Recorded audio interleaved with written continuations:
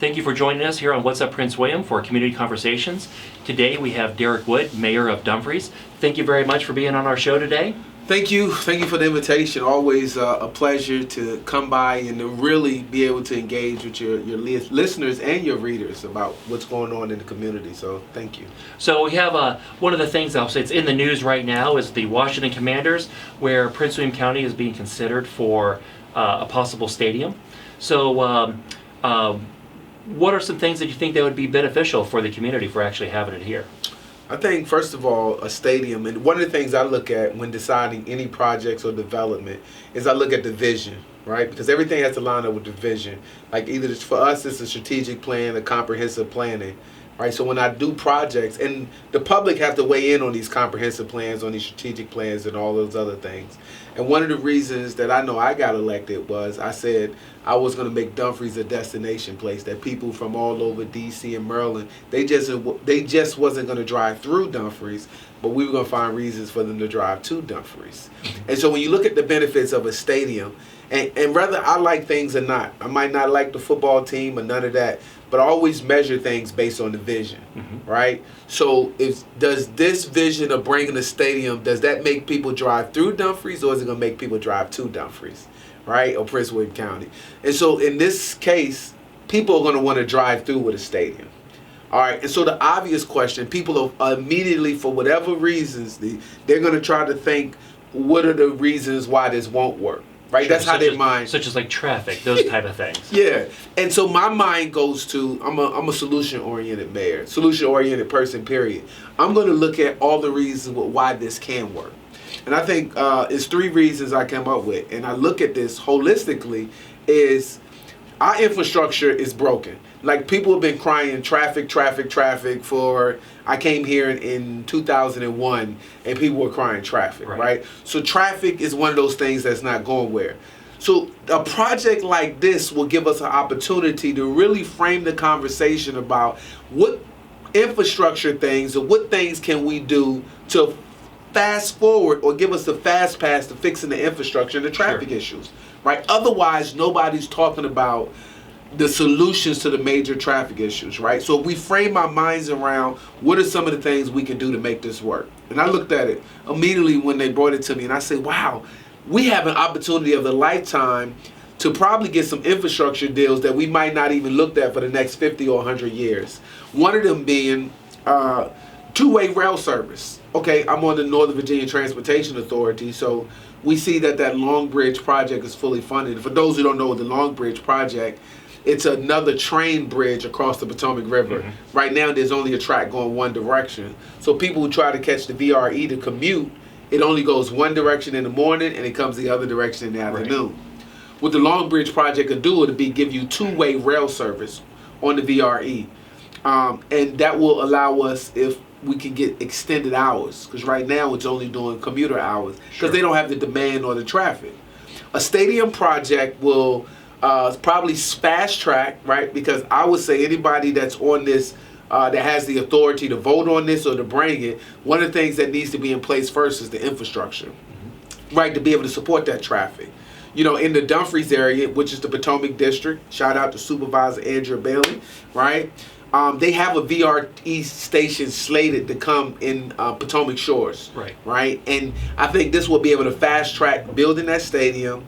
Also, the other part of that is, I think the second location in Prince William, they're looking at Horner Road. If you look at Horner Road, they will have to extend, I think, the blue line of the metro, which is a $27 billion project, right? Way more expensive than, ideally, Dumfries area, Potomac District is the ideal location for this, in my humble opinion, right? And that's because of when you look at the transportation getting in and out. You're looking at metro versus VRE. Right, so VRE, we can get two-way service, we can get the extended service, and that bridge will have to get fast-tracked and get built. Two, on 234, you also have the Potomac Shores Parkway that's going to get built. Now, because we just approved the roads, I think the developers, Potomac Shores Parkway and the roads are all working together, because once that new project in Dumfries get built, we got to move traffic off the highway to the different projects, and people are going to want to get home. Right, and what's unique in our area is currently we're cul-de-sac by Route 1. which, by the way, is not something that's owned by Prince William County. It's a federal highway that runs from Maine all the way down to Florida, right? So we're cul-de-sac. We got that Route 1 widening project going. And so with the infrastructure, too, I talked about the VRE two-way service, but two, we have a major waterway in Dumfries that Dumfries was built on, right? When you look at the rich history of Dumfries being the oldest continuously chartered town in the state of Virginia, and you think about why did our forefathers choose Dumfries? It's because we had this beautiful creek that they can get to right off the Potomac that their boats can come on. And it used to take a lot of goods and services in and out of Dumfries. I actually got a ledger in the town hall when you come through with George Washington's signature. He came and brought tobacco and goods in Dumfries. You see George Mason. You see Thomas Jefferson. A lot of those guys came to Dumfries buying goods and services. And why is that? Because the waterway was convenient. There is actually on record that the amount of tobacco and goods and services was leaving the town of Dumfries rivaled New York City as early as 1798. So what kind of things would have to be done to be able to make that happen for Dumfries? So we have to look at right now.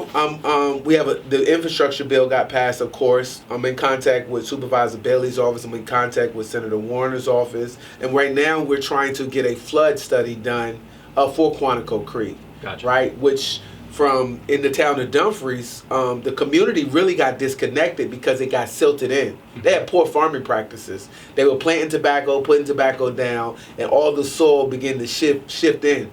So we lost all commercial traffic in and out of Quantico Creek over there, right? And for whatever reason, the last 2 centuries, nobody has looked at Dumfries as a viable place. That creek getting silted in is why Dumfries, the town of Dumfries, became economically depressed. Right? People begin, after that creek silted in, to actually really move from the area. They moved to Alexandria. Alexandria became the powerhouse that it is. And by the way, Alexandria was birthed from Dumfries. They took the house out of Dumfries, moved it up to Alexandria just so they could get their charter. And we beat them by 30 minutes. But that's a side story. I know I'm in this history. Right? So we became economically depressed. People moved to Alexandria. People moved to Fredericksburg, to the other big bodies of water. And Dumfries, there came a mass exodus of people just leaving. Even the town of Dumfries was the county seat before the city of Manassas, right? So the courthouse then left Dumfries as well. And we became this sleepy town for all of these years until, somebody came and was like, yo, there's a huge potential and there's a rich history that needs to be rediscovered. So with the stadium coming in, if it actually did, what else would come along with it economically, whether it be jobs, stores, restaurants? I mean, what else would come along with these stadiums? So that's a great question. And the third part of the transportation, I'm going to answer that question because we got to talk about a bridge. Mm-hmm. There needs to be another Potomac River crossing with a bridge for traffic to go over. The big two is American Legion Bridge and the Woodrow Wilson Bridge. Right? There's been talks for years in Southbridge having a bridge built across. But all of the studies for a Potomac River crossing bridge are like 40 and 50 years old. So there needs to be an updated study to really talk about where can we build a bridge to go over to Maryland down on this side. And that will alleviate traffic, especially from that Route 1 corridor, to get people across a bridge. And I think the Potomac Shores Parkway that's coming and the stadium will give another opportunity for alternative lessons. Now, when you talk about other things for the stadium, they're talking about making this a stadium complex. When you look at what the Dallas Cowboys done, they built these big mega stadiums. They just had the Super Bowl in LA. That stadium is a brand new stadium as well. They're building these entertainment complex. Now, with the way they want to fund this, with the state of Virginia creating they're in talks now. The General Assembly, the House and the Senate side both have bills that they're reconciling now. But they're really talking about what can we do to really create this financing, but to bring opportunities like restaurants, additional housing, office spaces, maybe even a sports complex, right? This would be a public use facility. The thing that I like to remind people when there's a football stadium, football teams only have probably 8-9 home games a year. Right. So you're looking at September, maybe 1 or 2 games, October, maybe 1 or 2, November, December, and maybe January. It's very seasonal. Right? So the type of people that you think will be coming in, otherwise it's a public use facility. So now you think about it, there's no indoor sports complex for our youth. So in Prince William County schools, right now, if kids are running indoor track, they have to come to the school at 5 o'clock in the morning, load up on a school bus or a charter bus, and drive all the way to Lynchburg. Or they would have to drive all the way over to Prince George's County, Maryland, right, just to go and do an indoor track event, a sporting event. So what other kind of things? So again, sporting events, any concerts, that kind of thing? Yeah, it will have the opportunity to bring in concerts, right? We have Jiffy Lube Live on the west side, but there's nothing on the east side of this county that's really valuable. Another thing I think that the stadium would be able to do is it will help us to recapture a lot of our resources, our tax revenue that leaves the area, because we go shopping in D.C., we go eat in D.C., Crystal City, and we can really stay in Prince William County and be able to recapture a lot of that funding and those resources that we're missing. Yes, it seems like, especially with a lot of for the past quite a few years, all the developments on the west side of the county, seems like the east side kind of gets forgotten a little bit. Yeah, so we actually need something here to help us economically, even for people who live here. The east side, I believe, we are the southeast entrance into Washington, D.C. Like, you got to come through Prince William County to get to Washington, D.C., right? And so us being that gateway to have that attraction, you look at it, I think right now the football team has really outgrown their stay in Maryland because they're competing against Baltimore Ravens, which is right down the road. So they're eating up their revenue share.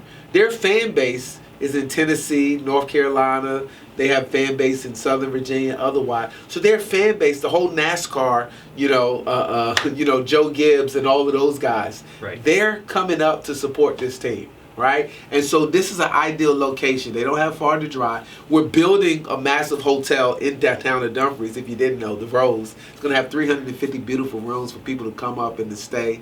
I mean, the tourism, the economic impact for this area, it'll be tremendous. And if it's done right, if we can build the foundation, which is the infrastructure, I want to put emphasis on those things. Like, if we dredge this water, because we can have the nice little yachts and the boat transportations, nice little like water taxis that'll take you from Alexandria to National Harbor, and we can talk about building a bridge, and then we can also talk about two-way rail service, and then we can move people out without adding, all of the stress. And you're only talking about 8 games a year. I think this is a tremendous opportunity. This is one of those once-in-a-lifetime type of opportunities that the county can take care of. And it's going to take people looking at how does it line up to the vision, the comprehensive plan, the strategic plan, and if it makes sense, to take advantage of it. Success loves speed. That's a Jack Canfield saying. Success loves speed. And so the faster we act, the faster we can take advantage of this. Yeah, so, with the baseball stadium that was here going to Fredericksburg, all of a sudden people missed it. Yeah, they maybe didn't realize what they had lost by going. So this would actually be even bigger. This will be bigger. It'll be much better. It'll be on the water. I mean, imagine overlooking the Potomac River and be able to really bring vitality to that river again. Because now, the waterways and the environment, and really, you look at our history in America. Back in the 40s and 50s, we made 70% of our federal tax dollars went to infrastructure. Right? Now we barely put 7% into infrastructure. That's why this last infrastructure bill was a big deal, because you go all around the world, you look at all the airports, you look at the infrastructure and what they're building. They're investing in infrastructure. Right? We're missing a tremendous opportunity to put money back in. We haven't seen any major infrastructure since the interstate been built. Right, gotcha. Right? Well, I'll tell you what, this is it's definitely a unique opportunity for Prince William County and Woodbridge Dumfries area. And we do appreciate you taking the time to be on our show with us today. Of course, we'd always love you coming on. You always have something neat and new going on. So yeah, Dumfries is we're moving. For those who are looking to relocate, we're growing. We got townhouses being built. We got a bunch of senior. We just approved a major senior living facility. We upped it from 40 senior units to another 100. So we approved 2 senior units in the last 6 months to get built in Dumfries. Right? And I asked the developer, I said, something we don't know? He said, yeah, people are living longer and they need places to stay. So it's age 55 and older type communities. Our population has grown. I mean, we've increased the revenue in Dumfries over the last 3 years, 50%. And we're going to do a 300% revenue increase by the time this project is built in 2 years. And so I'm excited about not only the work that the staff is doing, but the town council that works with me and their foresight to be able to hold on to a vision and to be able to help execute it. It's what we're doing and the type of growth we're having in this economy compared to all of the sister towns that we're around, like when we look at Vienna, when we look at Purcellville, when we look at Herndon, nobody is making the strides in development that the town of Dumfries has made in the last 3 years. And so, you know, It's definitely been a change. I'm happy to be the chief ambassador, the chief voice for the town of Dumfries. I'm going to continue to represent, and I'm going to continue to be a cheerleader and a sounding board to continue to develop it economically, just as I promised them when I got in there. Well, thank you so much for being on our show today. Really appreciate every time that you come on and talk about the neat things going on. Yeah, absolutely. Thank you. Hey, make sure y'all hit that like button, y'all subscribe, that y'all tune in, y'all take time to share this, right? Because you learned something and somebody else probably don't know. Tag somebody and comment below what you think your perspective is on what we talked about today. Great. And thank you for joining us today on Community Conversations on What's Up Prince William.